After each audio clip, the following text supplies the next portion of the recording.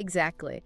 And speaking of AI development, one of the key trends we're seeing is a shift from pre-training entire AI models to something called inference time compute. Okay, I have to admit, I'm not entirely familiar with that term. Could you break it down for me? Sure.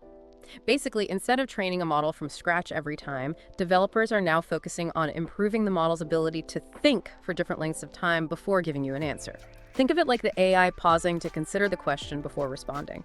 This allows for more complex problem solving and faster iteration. So the models are becoming more thoughtful, in a way, right? You could say that. And while some AI models are getting bigger and more complex, we're talking about models with 50 trillion parameters, which is mind-boggling. There's also a trend towards smaller, more specialized models. What's the advantage of a smaller model? Well, a smaller model can run on devices like your phone without needing massive computing power. This opens up a whole world of possibilities for AI-powered apps and devices that are accessible to everyone.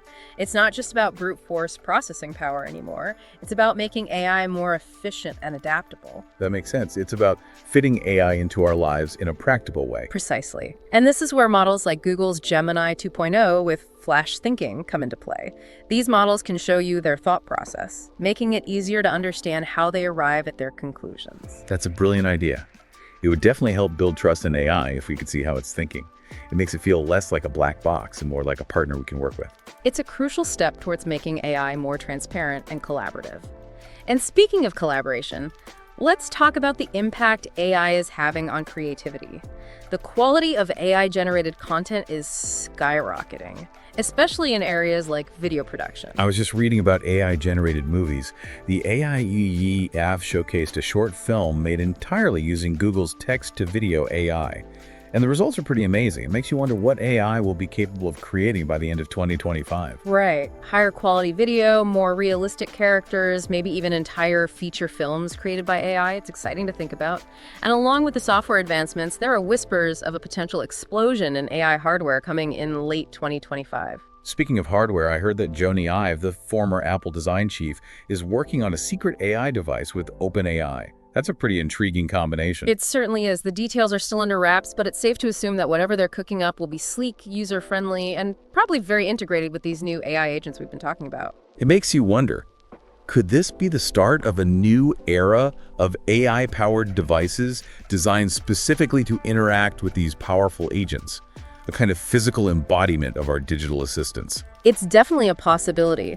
Think about how smartphones changed the world. What once seemed futuristic is now an essential part of our lives. It's not hard to imagine AI hardware following a similar trajectory. And while we're talking about changing the world, let's not forget about Amazon's Alexa. It feels like voice assistants haven't been getting as much attention lately with all the buzz around generative AI. That's true, but don't count Alexa out just yet.